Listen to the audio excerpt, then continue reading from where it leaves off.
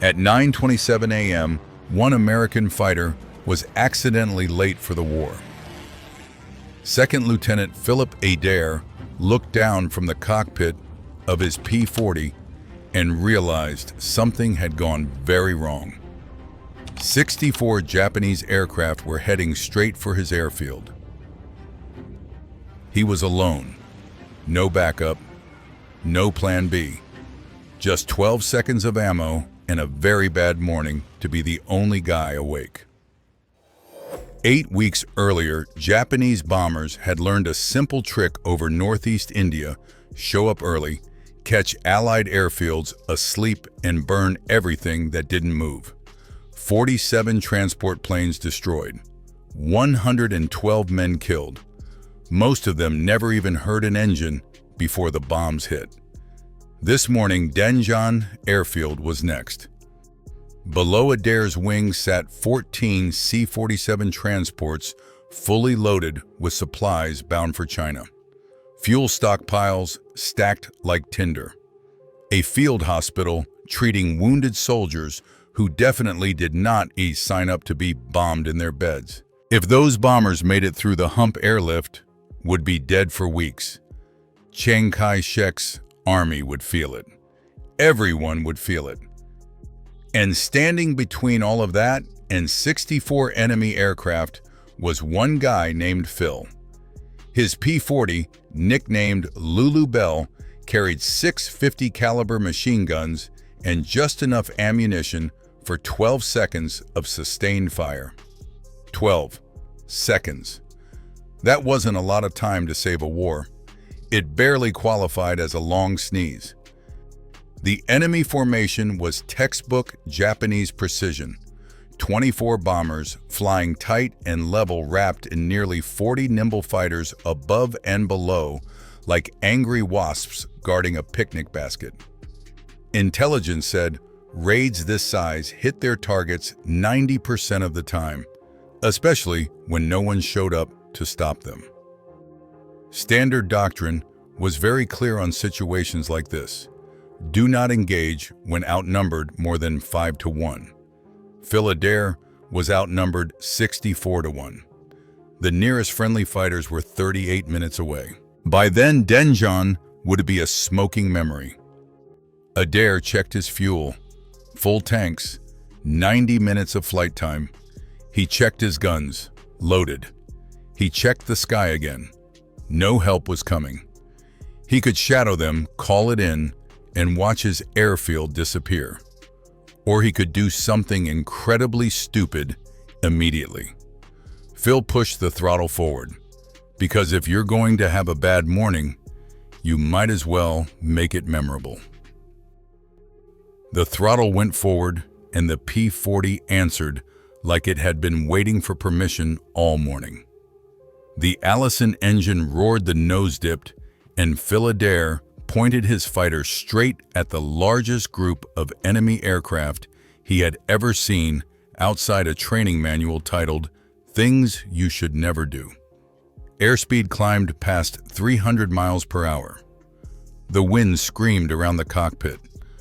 Gravity pressed him into the seat. He climbed above the formation first, because if you're going to do something suicidal, altitude helps. 4,000 feet above the bombers, Phil rolled the P-40 onto its back.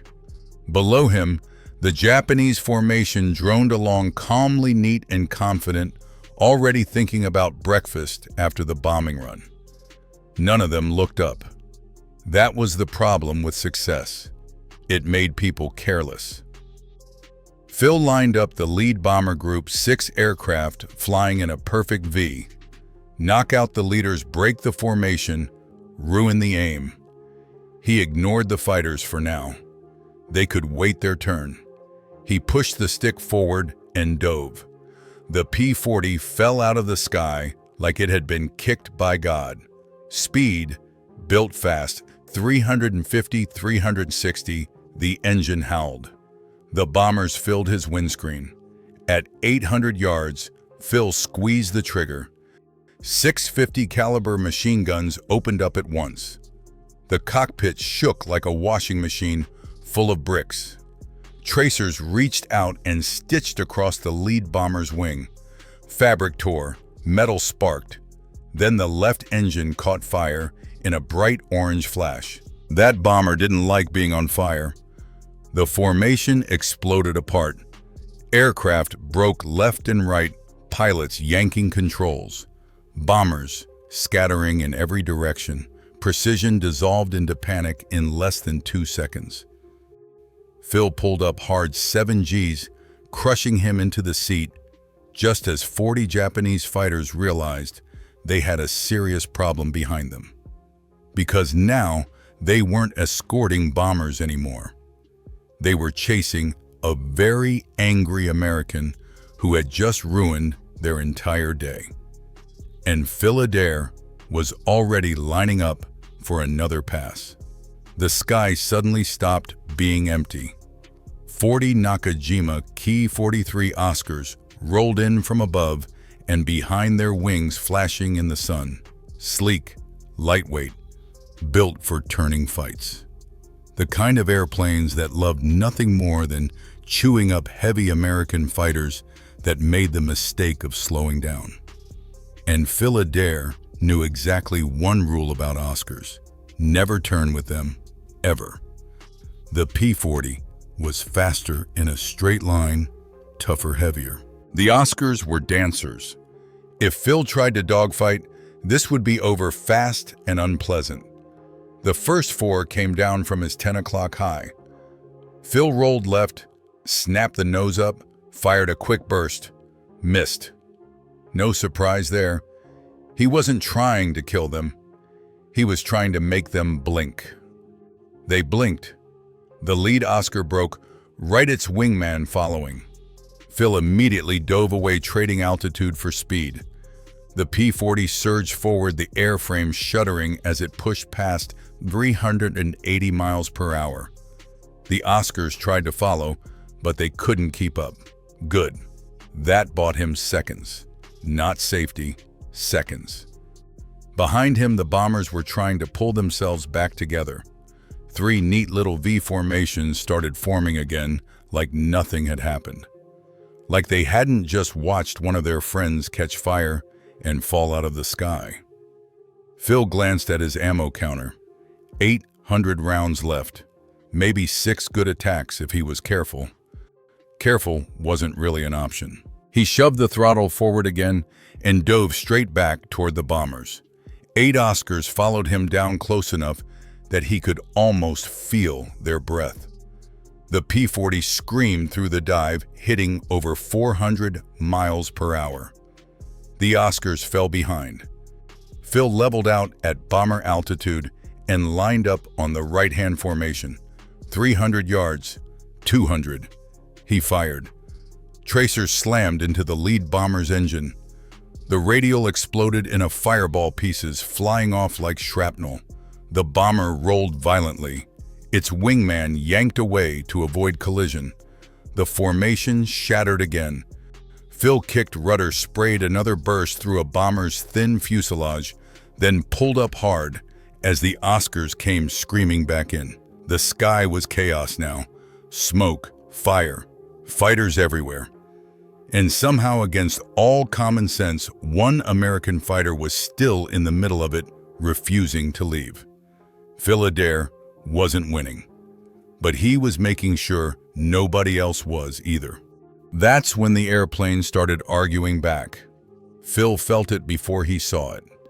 The engine temperature needle creeping past where it politely belonged, then past where it was supposed to be, then into the area usually labeled, "Congratulations, you broke it."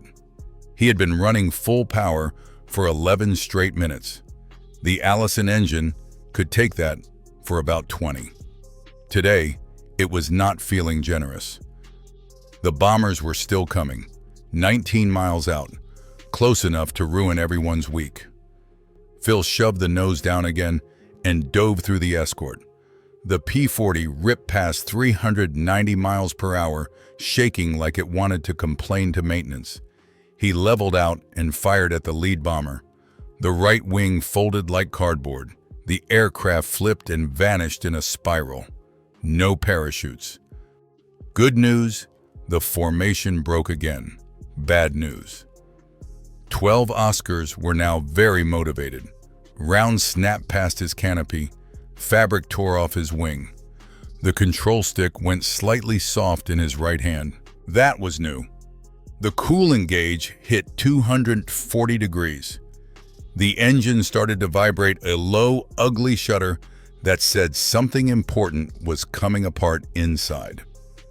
Phil had three choices: pull power and cool the engine turn for home, or keep fighting and let physics file a complaint later. He kept the throttle forward. Two Oscars came straight at him head-on, closing at over 600 miles an hour. Tracers flashed. Phil fired first. His heavier rounds punched into one fighter's engine. White vapor poured out. The Oscar broke away suddenly, uninterested in continuing the conversation. The temperature needle climbed higher. Then a round punched through his fuselage. Another through the engine cowling. Green coolant sprayed across the windscreen like bad windshield washer fluid. The engine temperature went off the scale. Steam burst from the cowling. Oil pressure dropped. The Allison was dying. Phil chopped the throttle just enough to keep it alive. Not to save the engine, just to borrow it a little longer. Below him, the bombers were scattering for good now, turning away, breaking south. The raid was over. The airfield was safe. Phil finally turned toward home. Behind him, the engine burned. Ahead of him, 40 miles of jungle waited patiently. And the P-40 kept flying, mostly out of stubbornness. The engine fire didn't care that the mission was over. Phil smelled it first. Burning metal, burning coolant. Then smoke crept into the cockpit, thin at first, then thick enough to sting his eyes. The Allison was running on borrowed time, and it knew it. Oil pressure dropped to zero. Zero is not a warning. Zero is an obituary. The propeller began to shudder unevenly, like it was deciding whether today was the day it simply left. Airspeed bled off. 180 miles per hour. 160. The jungle below looked very patient. 6 Oscars followed him, circling above like sharks that had already decided dessert could wait. One slid in close, so close Phil could see the pilot's face. The Japanese pilot pointed downward. Land. Bail out. Surrender. Phil ignored him. Then the cockpit filled with smoke, not from the engine, but from behind the instrument panel. Electrical wiring. Another thing he didn't need on his list. His eyes burned. His throat closed. He slid the canopy open, letting wind rip the smoke out and nearly his head with it. At 4,000 feet, something snapped. The right aileron went limp. The P-40 rolled hard right and pitched down. Phil pulled back. Nothing happened. The elevator cables were gone. Great. Now the airplane had officially stopped listening. The nose dropped. Airspeed climbed fast. 200, 250. The jungle rushed up like it had somewhere important to be. Phil had seconds. Then something clicked, not in the airplane, but in his head. The damage was forcing him down right side up, but aerodynamics didn't care about orientation. If the controls were killing him upright, maybe they'd save him upside down.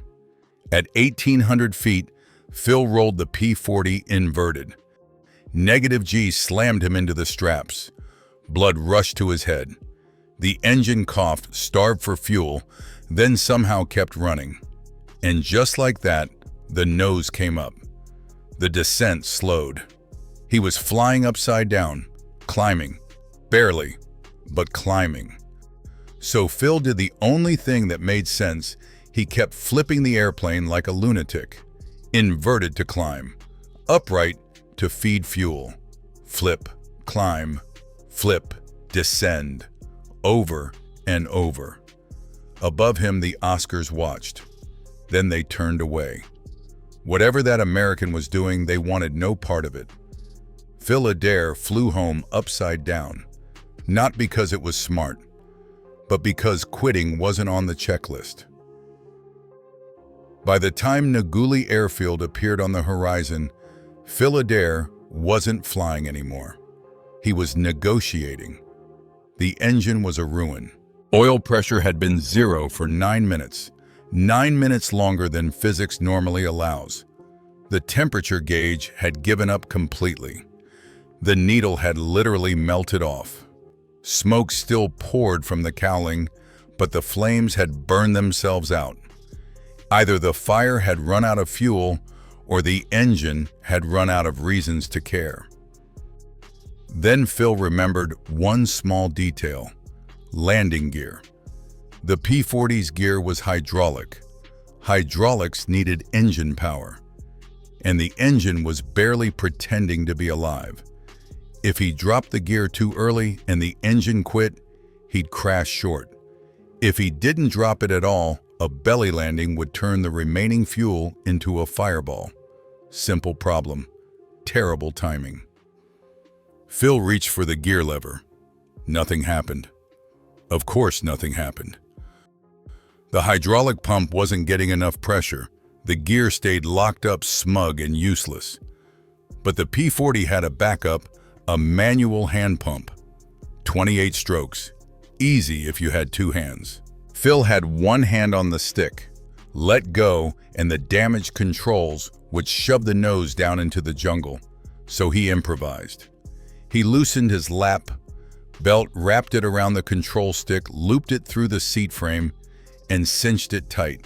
Not great flying, but technically flying. Then he grabbed the pump with both hands and went to work. 5 strokes, 10, 15. His arms burned. His vision tunneled. Carbon monoxide was chewing on his brain like a bored animal. At stroke 23 resistance. At 28 thunk. One wheel dropped, then the other. Gear down. Drag skyrocketed. Airspeed fell to 135 miles per hour, barely above stall. The runway was 7 miles away. 3 minutes. Phil focused on the concrete strip ahead. He didn't need perfect. He just needed enough. The engine sputtered again. And this time, it didn't catch. The propeller slowed, then stopped. Silence. The P-40 became a glider. A very bad one. 2 miles from the runway, Phil realized the truth. He wasn't going to make it. Unless he rolled the airplane inverted. One last time. Because at this point, why stop doing the impossible now?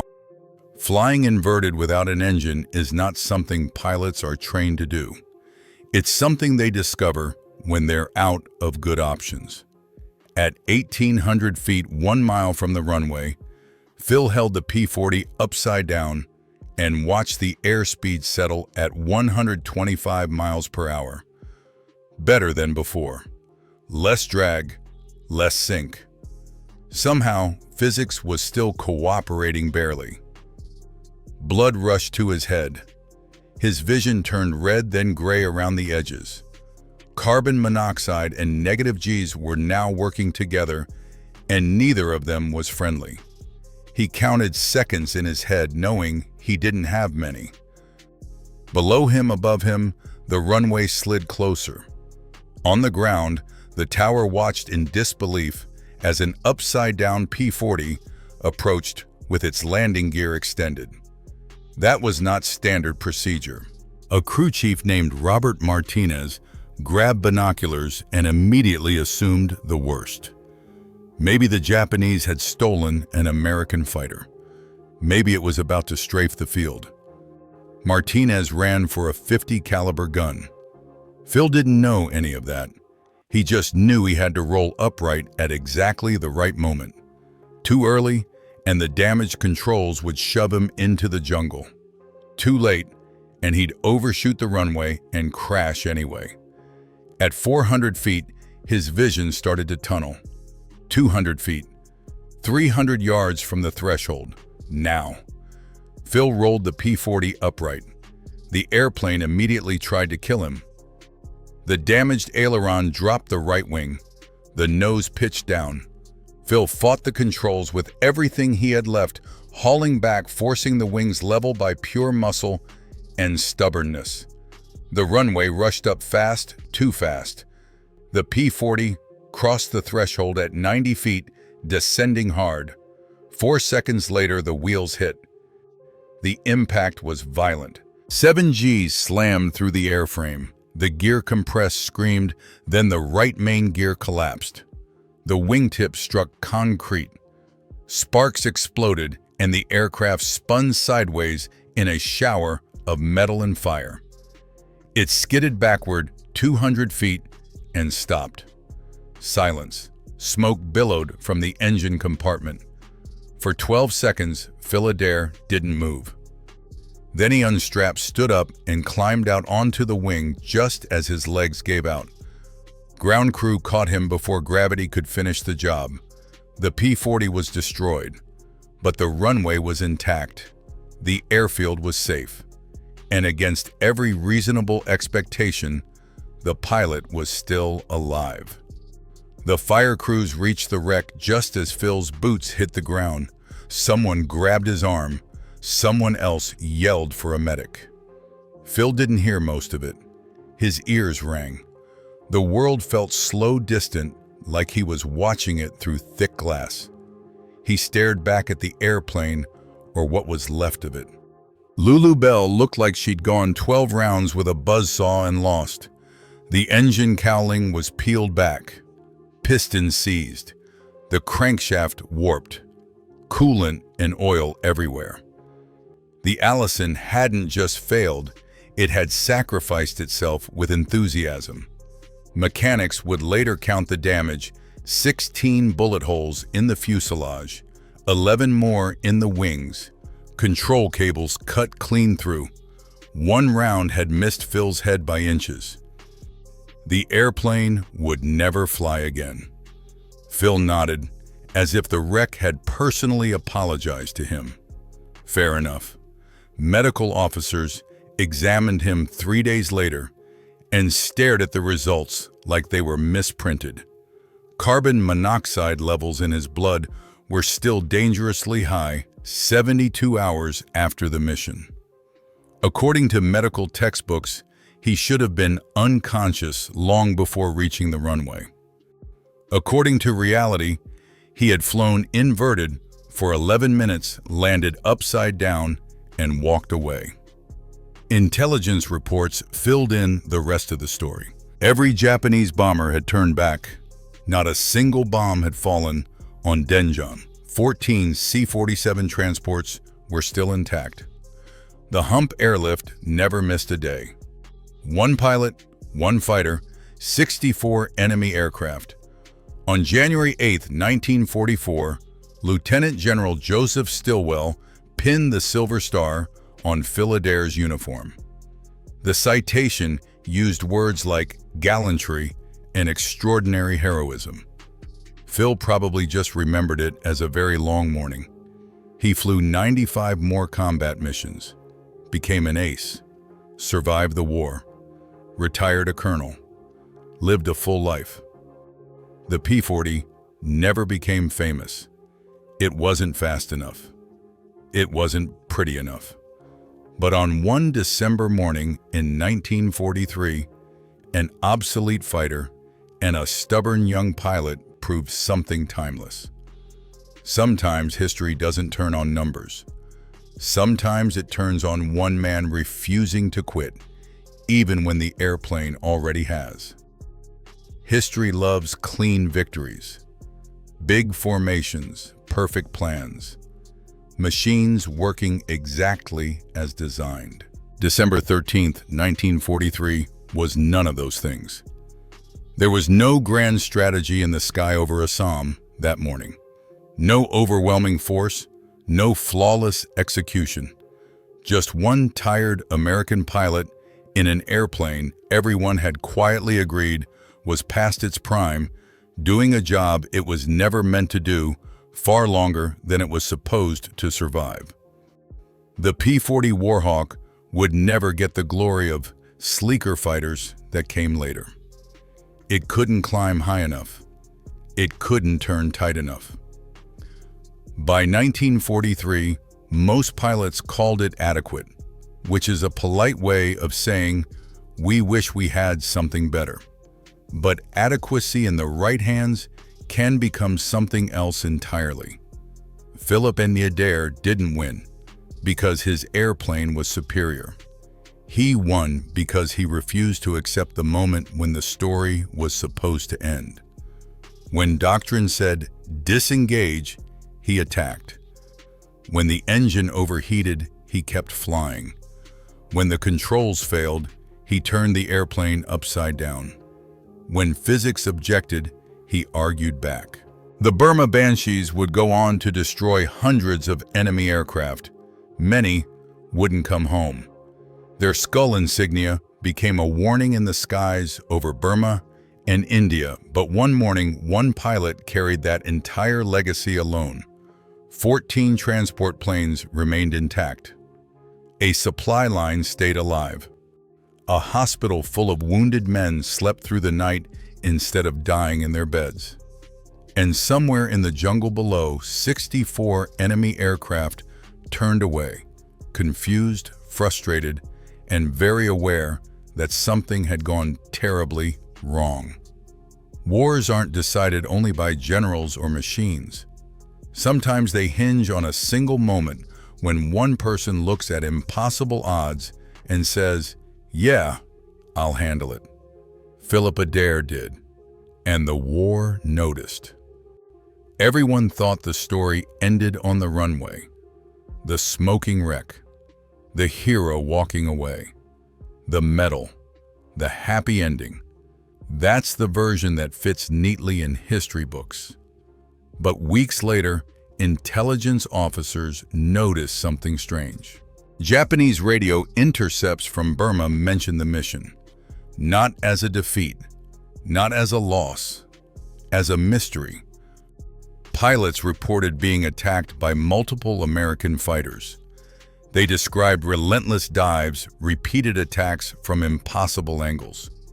Some swore the same aircraft appeared above them again and again, sometimes right side up, sometimes upside down, refusing to die. Japanese commanders believed they had flown into a trap. They delayed future raids, changed routes, increased escorts. For weeks, airfields across northeast India were left alone, not because they were well defended, but because the enemy thought something unnatural guarded them. Only later did analysts realize the truth. There was never a squadron. There was never backup. There was one airplane, one pilot, one man flying so aggressively, so unpredictably, that an entire formation of 64 aircraft believed they were facing a coordinated defense. Philip Adair hadn't just saved an airfield. He had accidentally invented psychological warfare at 20,000 feet. The irony Adair never knew. He thought he'd barely survived. The enemy thought they'd escaped something far worse. And somewhere in the gap between those two beliefs, the legend was born. Because the most terrifying weapon in war isn't always firepower. Sometimes it's a human being who simply refuses to behave logically. War doesn't end with applause. It doesn't fade out with music or freeze on a heroic pose. Most of the time, it ends quietly. After the reports were filed, the wreckage cleared, and the medals pinned the sky over Assam simply returned to business as usual. Aircraft took off. Supplies kept moving. Another day inside a war too large to notice one man's survival. Philip Adair went back to flying. He rarely talked about that morning, not because it wasn't important, but because to him, it didn't feel like a story. It felt like a checklist that went wrong, followed by a series of decisions made faster than fear could form. He flew 95 more missions. He shot down enemy aircraft. He lived long enough to become something rare in wartime aviation, an old pilot. Years later, people would ask him how he did it, how he attacked alone, how he flew upside down, how an engine with no oil kept running. Adair usually shrugged and said the airplane just kept flying. That wasn't entirely true. Airplanes don't make choices. They don't refuse to quit. They don't argue with physics or decide that today is not the day. People do. The P-40 Warhawk never became a legend. It never got a movie, a parade, or a place in popular memory. It was replaced, retired, and quietly forgotten.